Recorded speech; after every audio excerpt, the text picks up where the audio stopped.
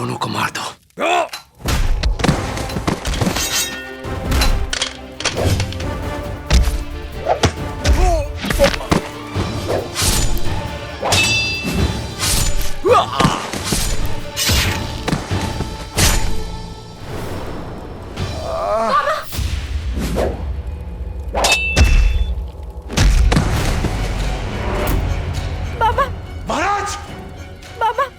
महाराज आइए, आइए महाराज।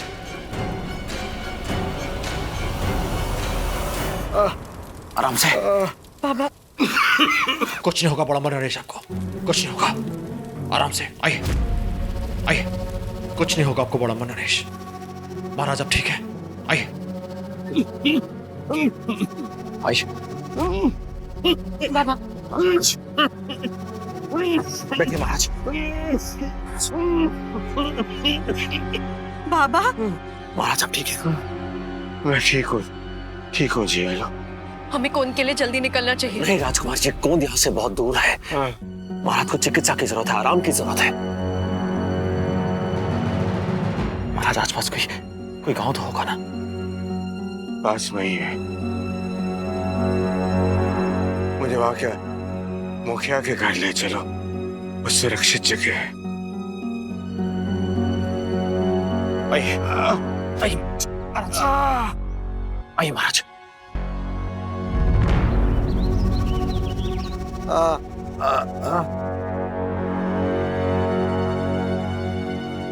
महाराज यहाँ पर है। ये बात गांव से बाहर नहीं जानी चाहिए मुखिया जी, फिरंगी हमें हर तरफ ढूंढ रहे होंगे। अब चिंता ना करें बाडम्बा कुमारी। इस समय गांव के हर एक व्यक्ति के लिए सबसे महत्वपूर्ण है महाराज की सुरक्षा और आपकी। आप निश्चिंत रहें।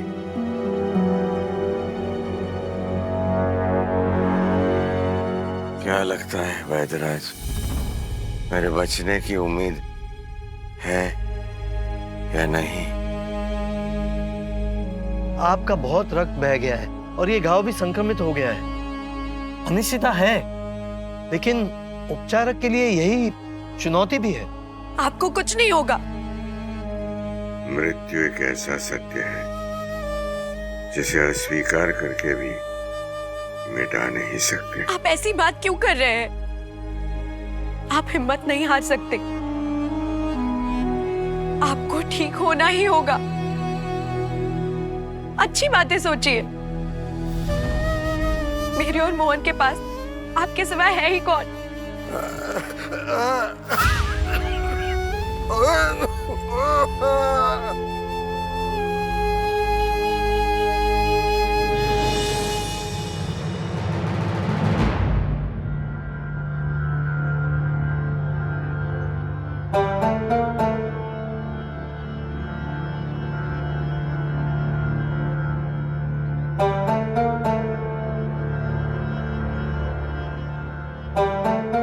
बड़म्बा कुमारी, एक योद्धा के जीवन का सबसे बड़ा द्वंद यही है, अपनों को दुख में देखना, तकलीफ में देखना, कष्ट में देखना, पीड़ा में देखना। आप अपने पापा की शक्ति हैं, उम्मीद है, साहस है। अगर आपने हिम्मत खो दी तो वो कमजोर पड़ जाएंगे। हिम्मत रखिए, कुछ नहीं होगा उन्हें।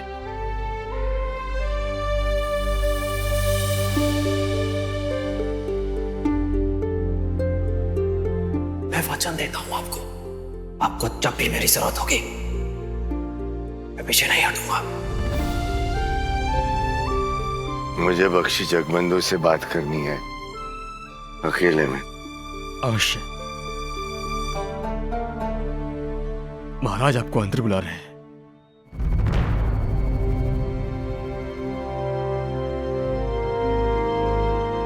जरा तो बाहर रुको। क्यों बाबा। मैं बख्शी जगबंधु से अकेले में बात करना चाहता हूँ।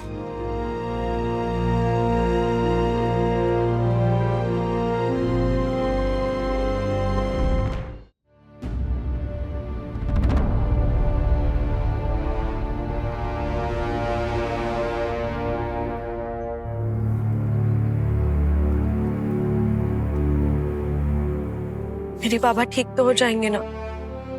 अभी भी उनकी हालत ठीक नहीं है। महाराज के उपचार के लिए जरूरी औषधि लाने जंगल जा रहा हूँ, शीघ्र ही लौटूंगा। नहीं वैद्य जी, आप यहीं रुकिए, बाबा के पास।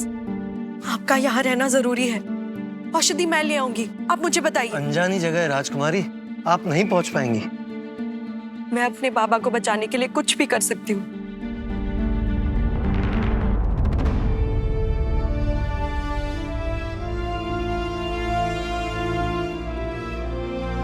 नरेश, कैसी तबीयत है आपकी? जिस बात का डर था वही हुआ।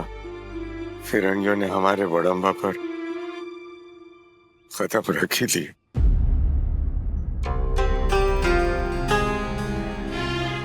जानते हैं महाराज, मुझे अफसोस क्या हो रहा है कि अगर यह संधि पहले हो गई होती तो आज ये दिन नहीं देखना पड़ता। समय से पहले और समय के बाद कुछ नहीं होता। शायद इसीलिए इस संधि की भी कुछ और भूमिका बननी थी और इसीलिए हम लोग यहाँ रुके हुए हैं। इस जंगल के पूरब वाले हिस्से में एक दूसरा जंगल है। उस जंगल में एक वृक्ष के नीचे आपको शिवलिंग दिखेगा और उसी शिवलिंग के आगे शालिका के पौधे होंगे, उसकी पत्तियां ले आई।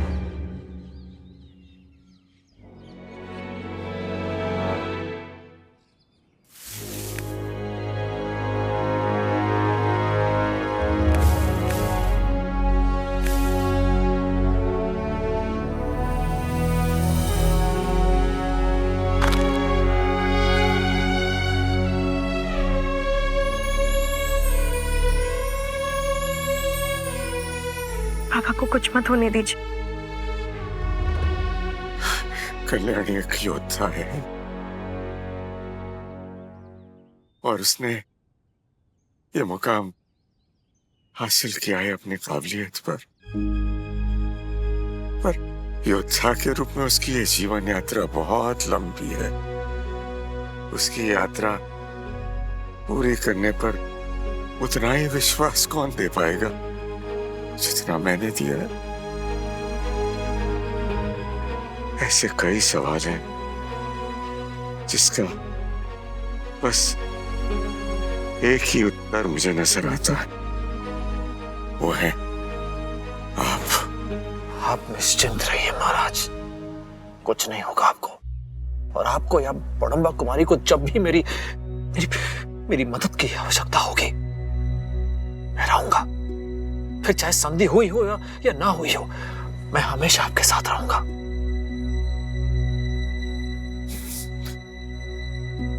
भाग्य परिस्थितियों से नहीं, उन परिस्थितियों के बीच लिए गए फैसलों से तय होता है। वो फैसले जिन्हें लेने में देर नहीं करनी चाहिए। मरना तो सभी को है, आजीवन हमेशा जीते रहने का लक्ष्य तो किसी भी इंसान का होना भी नहीं चाहिए। पर अपने सीमित जीवन काल में हम कुछ ऐसा कर जाएं जो सबको हमेशा याद रहे, हमेशा याद किया जाए, ये जरूरी है। मैंने बस यही कार्य करने की कोशिश की है, लेकिन फिरंगियों ने सब कुछ छीन लिया। जो कुछ बचा है वो केवल आपके कारण। महाराज, ये तो मेरा कर्तव्य था। मेरी जगह कोई और होता वो भी यही करता।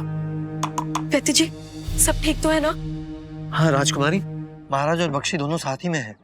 देखिए, मैं पहले भी कहा है, मैं फिर कह रहा हूं आपसे, अगर आपको या बड़म्बा कुमारी को कभी भी मेरी जरूरत होगी तो मैं कदम पीछे नहीं हटाऊंगा।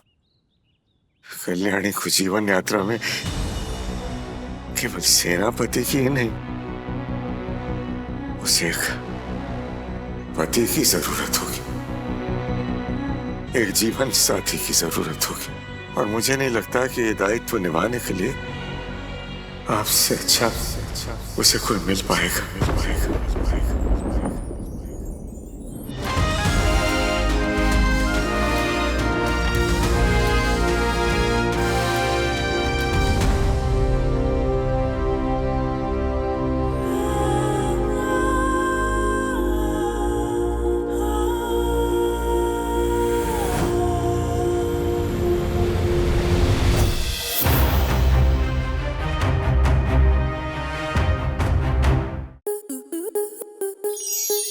स्टार प्लस के ऐसे ही और बेहतरीन लम्हे देखने के लिए सब्सक्राइब करें हमारे YouTube चैनल को।